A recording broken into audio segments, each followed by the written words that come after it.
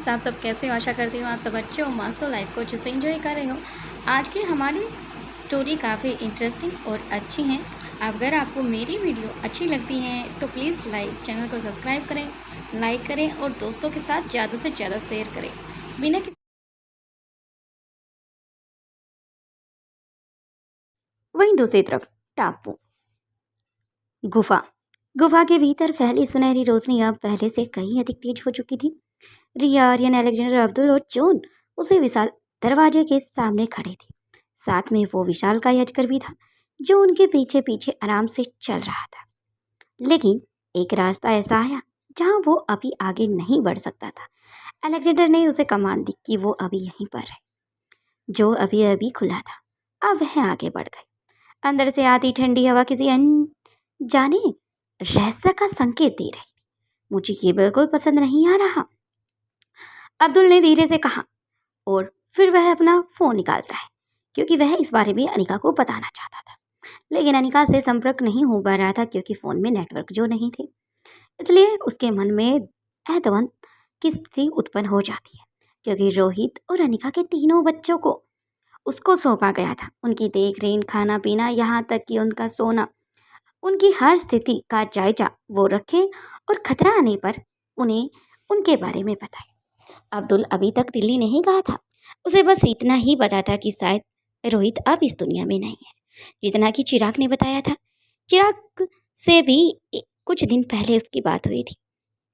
चिराग को भी अब्दुल ने कुछ नहीं बताया था, क्योंकि ये स्थिति अचानक से हो गई थी। इसलिए उसके मन में काफी परेशानी चल रही थी, जिस कारण से उसके माथे पर पसीने की बूंदें साफ दिखाई दे रही थी। तब तो सही जगह आए हो, आर्यन मुस्कुरा दिया। आर्यन मुझे बहुत पसंद आ रहा है ये सब कहकर वह आगे की तरफ बढ़ रहा था। आर्यन और रिया भी उसके पीछे, जॉन भी। तभी अलेक्जेंडर ने टॉर्च को ऑन किया। चलो देखते हैं, आखिर हमारे लिए यहाँ क्या कुछ है। अब पांचों धीरे धीरे अंदर बढ़ने लगे। कुछ कदम आगे बढ़ते ही सामने एक दृश्य देखकर सभी रुक गए। उनके सामने एक विशाल गोलाकार हॉल था, और उस हॉल के बीचों बीच 7 अलग अलग दरवाजे खड़े थे। हर दरवाजे का रंग अलग था। पहला नीला, दूसरा सुनहरा, तीसरा लाल, चौथा चांदी जैसा, पांचवा काला, छठा बैंगनी और आखिरी सफेद। दरवाजे के ऊपर चमकते अक्षरों को में कुछ लिखा हुआ था। 7 दरवाजे, 7 प्रश्न, 7 उत्तर। जो स्वयं को जान लेगा वही अंतिम सतह तक पहुंच पाएगा। वह रिया ने धीरे से कहा, यानी हमें इन्हें समझना होगा, फिर ही आगे बढ़ सकते हैं। अगर गलत जवाब दिया तो? अब्दुल ने पूछा। जो ने तुरंत उत्तर दिया। गलत उत्तर की संभावना 67.3% है और खतरे की संभावना 82%। उसने रोबोटिक आवाज में कहा। अब्दुल का चेहरा उतर गया। कभी कभी मुझे लगता है तुम्हें चुप रहना चाहिए, जो ने जवाब दिया। Recording saved. सभी हंस पड़े, लेकिन तभी पहले नीली दरवाजे के सामने एक चमकदार प्लेटफॉर्म उभर आया, और उस पर पहली बार तीनों आगे बढ़े, साथ में रोबोट जॉन एंड अब्दुल भी। वहां पर पहली पहेली दिखाई दी। सबसे तेज क्या है, जो शरीर से नहीं चलता पर संसार पार कर सकता है? कुछ पल सभी सोचते रहे। अलेक्जेंडर ने कहा, हवा। लाल रोशनी रोंग। अब्दुल बोला, रोशनी। फिर लाल रोशनी गलत। रिया कुछ सोच रही थी, मानो ये सब उसके लिए और आर्यन के लिए हो। तभी आर्यन की आंखें चमक उठी। विचार। एक विचार पल भर में पूरी दुनिया घूम सकता है। अचानक नीली रोशनी फैल गई। उत्तर सही है और पहला दरवाजा खुला। अंदर जाने पर उन्हें एक छोटा सा कमरा मिला, लेकिन कमरे के बीचों बीच एक तैरता हुआ गोलाकार उपकरण घूम रहा था। ये क्या है? जॉन तुरंत स्कैन करने लगा। अज्ञात तकनीक। आयु अनुमानित कम से कम 100 वर्ष से अधिक। सभी हैरान हो गए। 100 साल पुरानी तकनीक, ये कैसे संभव हो सकता है? तभी उपकरण अचानक से एक्टिव हो गया। नीली किरणें चारों ओर फैल गई और अगले ही पल पूरा कमरा बदल गया। उनके चारों ओर होलोग्राफ जैसी दुनिया दिखाई देने लगी। समुंदर, पहाड़, आकाश, बीच में बड़ी खड़ी एक महिला। उसका चेहरा साफ नहीं दिखाई दे रहा था, लेकिन उसकी आवाज़ सुनाई दी। यदि तुम यहाँ तक पहुँचे हो तो इसका अर्थ है तुम मेरे रक्त हो। रिया की सांसें रुक गई। आर्यन अलेक्जेंडर भी सतम हो गए। ये कौन है? लेकिन जवाब मिलने से पहले ही होलोग्राफ गायब हो गया था। सभी को वो चेहरा, आवाज़ जानी पहचानी लगी, मानो इस इंसान को वो जानते हैं। सामने दूसरा दरवाजा चमकने लगा। आप वे उस तरफ बढ़ना चाहते थे, लेकिन अचानक से, जैसे ही पैर रखते हैं, अचानक से पानी के अंदर से कुछ दरवाजा सा खुलता है। वह सभी उसके अंदर समा जाते हैं। उन्हें भी नहीं पता था उनके साथ क्या हो रहा है। ये चाल काफी अलग था, या ये कहा जाए उनके मस्तिष्क का पूरा विकास किया जा रहा था, या और कुछ। ये सब इन सब चीजों को बनाने वाले ही जानते थे। आखिर बच्चों को यहाँ पर फंसाया क्यों गया है, और इनके माध्यम से बच्चों को क्या सिखाया जा रहा है। जैसे जैसे वो सब अचानक से हुआ, किसी को कुछ समझ नहीं आ रहा था। सभी की आंखें बंद थी। अब्दुल की तो चीख भी निकल पड़ी थी, लेकिन उसके बोलने से पहले ही उसके पैरों के नीचे का फर्श टूट गया था। रिया, आर्यन, अलेक्जेंडर, अब्दुल, जॉन सभी नीचे गिरने लगे थे। आ की आवाज आने लगी। कुछ सेकंड बाद धड़ाप, पांचों एक विशाल भूमिगत कक्ष में आ गिरे। चारों तरफ अंधेरा था। ऊपर दिखने पर भी कोई रास्ता दिखाई नहीं दे रहा था। जहां से गिरे थे वो भी नहीं दिखाई दे रहा था। ये तो जाल था, अब्दुल ने उठते हुए कहा। नहीं, आर्यन ने चारों तरफ नजर घुमाई। ये परीक्षा का हिस्सा हो सकता है। उसी समय पूरा कक्ष नीली रोशनी में चकमगाने उठा और उनके सामने एक विशाल धातु का दरवाजा दिखाई दिया। दरवाजे के ऊपर लिखा था, पहला परीक्षण, बुद्धि या बल। तभी सामने जमीन के एक होलोग्राफी उभरा और एक उसी बूढ़ी व्यक्ति की आकृति फिर उभरी। उसकी आंखें चमक रही थी। स्वागत है, तुम पहुंच गए। तुमने पहला दरवाजा खोला है। अब तुम्हें साबित करना होगा तुम आगे बढ़ने योग्य हो या नहीं। रिया ने पूछा। क्या करना होगा? होलोग्राफी मुस्कुराया। तुम्हारे सामने जो आएगा उसे हराने के दो रास्ते होंगे, बल या बुद्धि। चुनाव तुम्हारा होगा। इतना कहकर वह आकृति गायब हो गई। अचानक पूरा कक्ष कांपने लगा। गड़ गड़ गड़ गड़ गड़। सामने की दीवार खुलने लगी और उसके पीछे से कुछ बाहर निकला। पहले एक विशाल धातु का हाथ, फिर दूसरा और फिर पूरा शरीर। करीब 10 फीट ऊंचा एक रोबोटिक योद्धा। लाल चमकती आंखें, लोहे जैसी मोटी कवच। अतुल का मुंह खुला का खुला रह गया। हम मर गए। जो ने तुरंत विश्लेषण शुरू किया। दुश्मन की ऊंचाई 10 फीट, शक्ति 70, तैयारी, सीधे युद्ध में जीत की संभावना 11%। बस 11%। अब्दुल लगभग रोने वाला था, क्योंकि वह अनिका और रोहित को क्या जवाब देगा। वहीं रोबोटिक योद्धा ने अपनी विशाल तलवार उठाई और उनकी तरफ बढ़ने लगा। धड़ाम। उसका एक कदम ही पूरी जमीन हिला रहा था। अलेक्जेंडर ने तुरंत लड़ने की मुद्रा बनाई। आओ देखते हैं।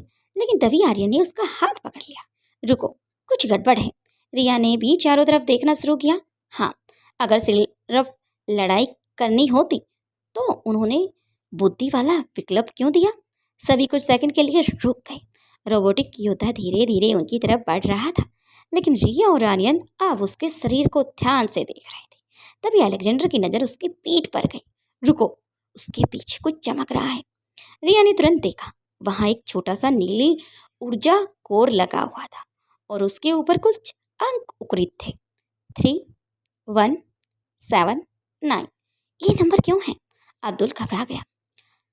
अभी नंबर पढ़ने का समय नहीं है। क्या कर रहे हो तुम? लेकिन आर्यन की आंखों में चमक उठी। नहीं, ये पहेली है। तभी सामने दीवार पर एक संकेत उभरा। जो शक्ति को हराना चाहता है उसे उसकी कमजोरी पहचाननी होगी। रिया मुस्कुराई। समझ गई, हमें इसे हराना नहीं है, हमें इसका सीक्रेट ढूंढना है। रोबोट अब बिल्कुल उनके सामने पहुंच चुका था। उसकी तलवार हवा में उड़ चुकी थी। अगले ही पल वह हमला करने ही वाला था, लेकिन उसी समय आर्यन तेजी से उसकी तरफ दौड़ा। अलेक्जेंडर दूसरी दिशा में भागा। दोनों की स्पीड काफी तेज थी। ये देखकर तो अब्दुल का सिर चिकराने लगा। उसे तो समझ नहीं आ रहा था जो बच्चे अभी उसके पास खड़े थे, लेकिन अब अपोजिट डायरेक्शन में इतनी तेजी से भागे। वहीं अलेक्जेंडर भी आगे बढ़ चुका था। रिया ने दीवार पर उभरे अंकों को पढ़ना शुरू किया और जॉन अपने सिस्टम से उस ऊर्जा कोर को हैक करने की कोशिश कर रहा था। उधर टापू से उस दूर हिस्से में लतिका अपने लैपटॉप पर आराम से कुछ देख रही थी। उसे नहीं पता था कि कुछ हो रहा है या नहीं हो रहा, लेकिन एक अजीब सा एहसास उसे हो रहा था, मानो उसका कोई अपना खतरे में है। उसे ये एहसास हो रहा था क्योंकि अनिका और रोहित की तरह उसकी ये क्षमता काफी तेज थी। उसे आभास जल्दी हो जाता था। अनिका और रोहित के तीनों बच्चों में लतिका ही अब सबसे तेज थी क्योंकि उसके अंदर हार्ट इंसानों और रोबोट जितना तेज था। उसकी सांसें तेज हो गई थी। उसे अपने बहन भाई का भी ख्याल आ रहा था। जी आर्यन के बारे में वह सोच रही थी। दिल्ली मारवा इंडस्ट्री 35 मंजिल पर बने अपने विशाल कैबिन में बैठी अनिका बाहर कांच की दीवारों से पूरे शहर को देख रही थी। ऊपर से देखने पर वह पूरी तरह से सामान्य दिखाई दे रही थी, मानो फाइलों में व्यस्त हो, मानो उसे किसी बात की चिंता न हो। लेकिन सच्चाई कुछ और ही थी। सुबह कबीर ने जो कहा, मुझे लग रहा है कोई खतरा आसपास है, वह बात अब भी उसके दिमाग में घूम रही थी। अनिका कभी कभी छोटी छोटी बातों को नजरअंदाज करती थी और कबीर की बात वह तो बिल्कुल भी नहीं। उसने धीरे से अपना लैपटॉप खोला। कुछ सेकंड बाद उसकी उंगलियां कीबोर्ड पर दौड़ने लगी थी। एक एक करके स्क्रीन पर कई विंडो दिखाई देने लगी, जहां कबीर सिंह भी ये सब देख रहा था, लेकिन उसे नहीं पता था अनिका क्या कुछ कर रही है। उसे लगा शायद अपने फाइलों का ही काम कर रही है। मारवा इंडस्ट्री का पूरा सिक्योरिटी नेटवर्क, सभी फ्लोर, सभी कैमरे, सभी एंट्री लो और उसके सामने थे। किसी और के लिए ये असंभव काम था, लेकिन अनिका के लिए वह तो मास्टर एक्स थी। भला उसके लिए ये असंभव कैसे हो सकता था? कुछ ही मिनटों में उसने पूरा भवन डिजिटल मैप अपने सामने खोल दिया। देखते ही देखते उसके धीरे से कहा, वह सुबह से लेकर अभी तक की सारी फुटेज देखने लगी थी। एक कैमरा, दूसरा कैमरा, फिर तीसरा कैमरा, फिर अचानक से उसकी नजर दूसरी मंजिल के कॉरिडोर के पर रुक गई थी।